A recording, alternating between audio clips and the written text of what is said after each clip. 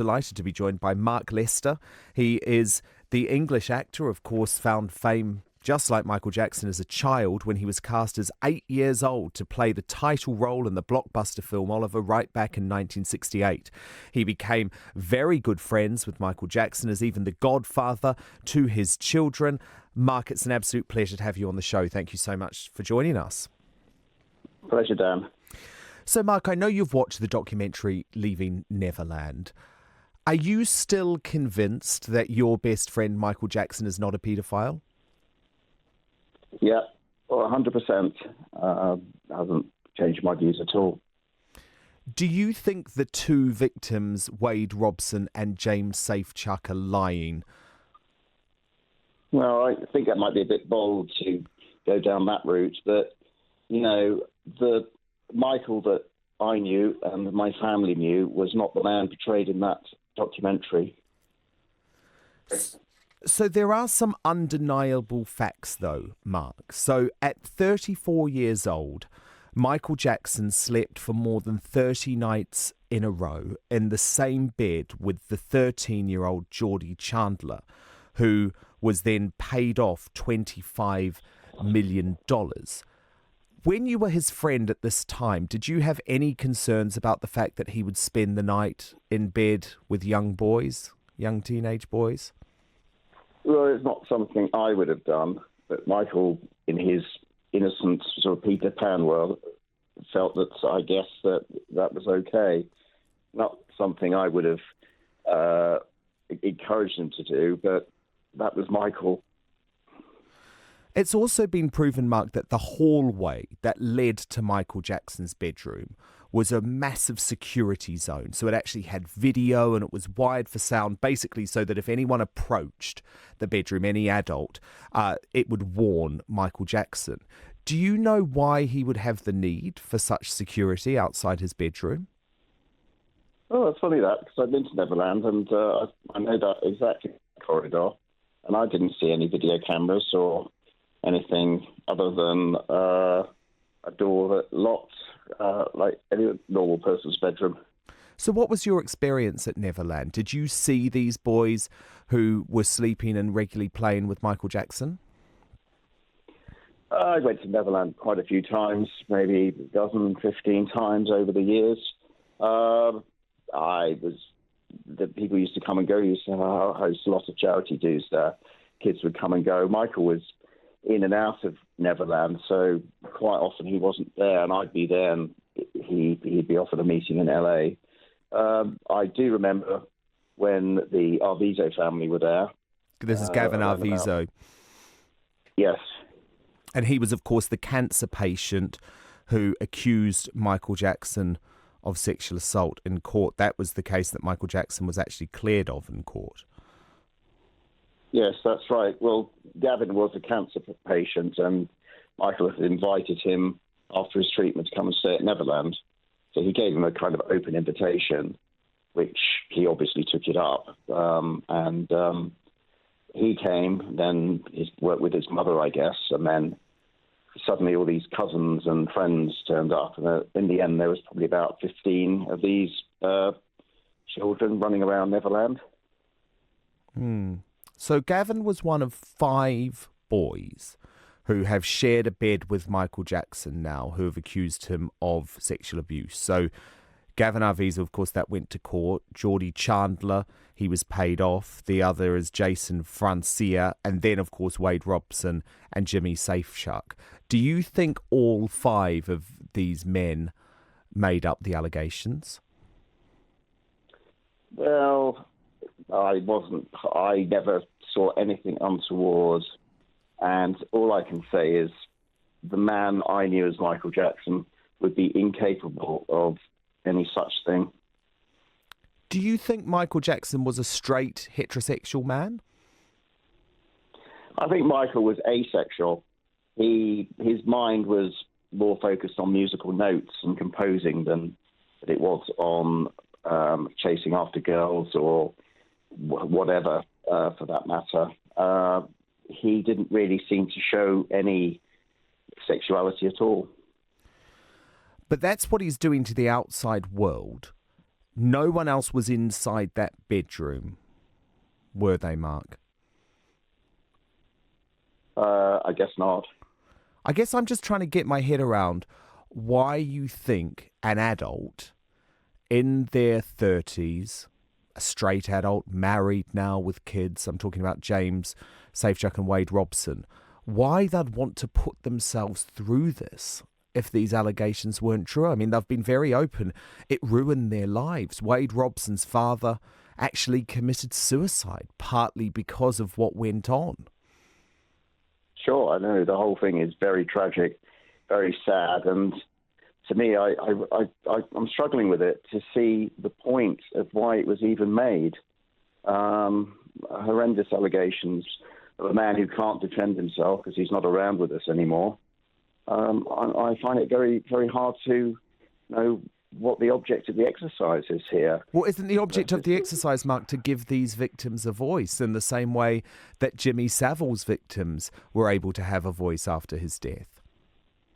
Well, any form of child abuse or any form of abuse is to be not tolerated whatsoever. I'm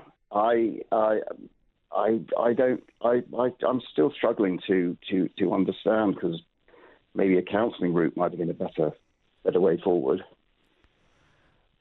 But what are you saying? That counselling would help them more than going public? Isn't that acknowledging that they have something to be counselled about? Well, I guess they are disturbed in their own mind about something that obviously has caused them to come forward and make these allegations. Was there nothing that they said that convinced you, Mark? Because I know for me and so many other people, it was that moment when you saw James Safechuck open up that ring that he couldn't fit on his finger anymore. This was the ring that Michael Jackson gave him in the mock wedding ceremony that they had. And going back to that place was just so painful for him. It was so obvious to me that this was not a lie. He'd have to be the best actor in the world, Mark. Yeah, well, maybe. I don't know. I mean, I'm struggling with it. It's not the guy I knew. It's like some sort of alien thing that's happened. It's really sad. It made a very depressing viewing, I must say. What do you mean? Well, the whole thing, I mean, it's very sordid, very nauseating, and very sad. Just to me, it still seems very, very. I can't grasp the fact why this was even made. But wasn't it made to expose Michael Jackson as a paedophile? Well, if Michael had been alive and able to answer the allegations, and if there had been any truth in it to stop, arrest, or bring him to justice, then maybe I could have understood it. But chasing a dead man doesn't seem to make any sense to me whatsoever.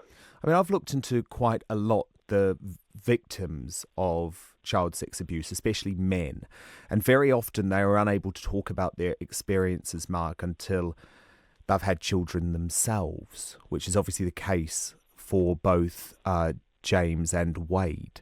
So there are reasons why they wouldn't have been able to talk about this while Michael was alive. Because, of course, if you watch both parts of the documentary, you see them admit they were in love with Michael Jackson. They did love this man. But the problem was he was a man in his 30s and these were children. Yes, it's not something that I would have, apart from having my own children around, that I would have encouraged to to do. Would you have let your children sleep in a bed with Michael Jackson, Mark? We've shared many a time with Michael over the years, and I've been in Michael's bedroom watching videos on the TV with my children, with Michael's children, just like eating popcorn, watching TV, and I couldn't think there was anything abnormal about that. So where do you stand, Mark, about your relationship with Michael's children? Because I want to clear this up. There's been a lot of discussion over the years, and you have admitted that you did donate sperm to Paris Jackson. So are you contending that Michael Jackson is not the biological father of Paris Jackson? I've never said that. I've never said that. Well, you gave an interview. Sorry, you go on. Saying, I've never said that. I mean, regardless of whether Michael was the biological father or not, is irrelevant to me. He brought those children up as his own. They were his children. He was both a mother and a father to them, really. He took great care over his kids. They're very bright, articulate, and well-educated children. In 2009, Mark, you told the News of the World that you could be the biological father of Paris Jackson. You said you had been a sperm donor for Michael Jackson in 1996, and you said you were willing to take a paternity test to determine whether you were Paris's father. Yeah. Well, all those things are true and have happened. But regardless of if there was any substance to that or what, I'm really at this moment in time not the slightest bit interested in going through any of those tests. And as far as I'm concerned, Michael's children are Michael's children. But you've now been banned from seeing them, though, haven't you?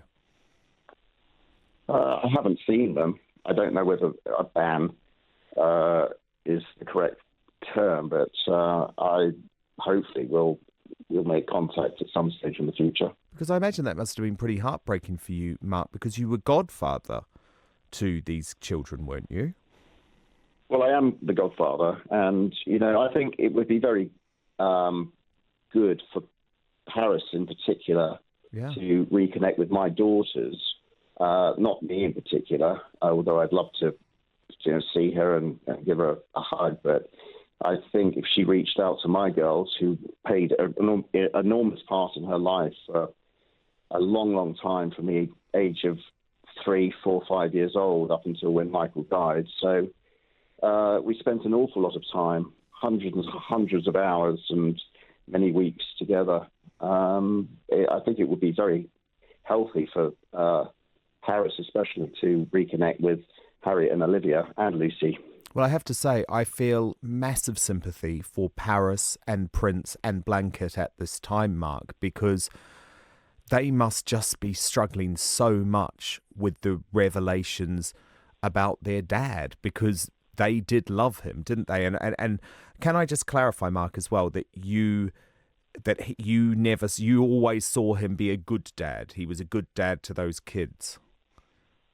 Michael was a brilliant father, and they absolutely adored him, as my children adored Michael. He just had that persona. He was just a wonderfully kind and generous man. And so what do you want to say to them now? Because obviously you can't talk to them privately, but would you have a message to Paris and to Prince and to Blanket about what they should be thinking right now, given all of the revelations out there this week? Well, my daughter Harriet's just sent out a heartfelt statement, which has gone up on my Twitter feed, and it's quite maybe a 4 or 5 tweets and chunks that I've tweeted on her behalf, which has got an amazing amount of following and support at the moment, which basically you have to read it to understand what she's saying. What's the message? What's the crux of the message? How Michael has been taken advantage of, how this wonderful man that is in no way, shape or form the man that was portrayed in this documentary. Mark, can you honestly tell me, hand on heart, 100%, that Michael Jackson never abused a child? I have not changed my mind about Michael. 100% no. So these 2 victims were lying. That is what you were saying. Well, that's a word that I don't really want to use. They obviously have issues, and I feel very, very sorry Wasn't for the them. person with an issue Michael Jackson, Mark, for thinking that it was acceptable to enter into a relationship with these children of any form? Yeah, but Dan, you seem to be taking sort of a bit one-sided. I mean, the whole Well, I thing do. was I have to very be honest, Mark. one-sided. I do believe Wade and James because I don't see why they would ruin their lives in this way. The only thing that I could even think for Michael Jackson is this was a mentally ill man who perhaps thought having a relationship with children was acceptable. That's as fair as I can be to him. Sure, but maybe if you got them on your show and you spoke to them, there's a lot of edit in that documentary, a lot of edit. Do you think Michael Jackson was mentally ill in any way? Michael, no, he was a genius. Obviously, with fame and genius, the brain has seemed to be wired up in a different way. He was very, what should we say, eccentric. He was very kept himself to himself. And just finally, Mark, what would you say to people who think that Michael Jackson's music should no longer be played, that he should no longer be commercially exploited? Well, there's a lot of Michael Jackson CDs and LPs or whatever out there, so I think it's up to individual people who are intelligent enough to make up their own minds rather than being led by the wave of media persuasion. I don't think it's the media, though, Mark, is it? It's hearing from these two victims. I think the media, for a long time, let Michael Jackson get away with this, many parts of the media. Well, that may be your opinion, Dan. I think he was too big to fail. Maybe.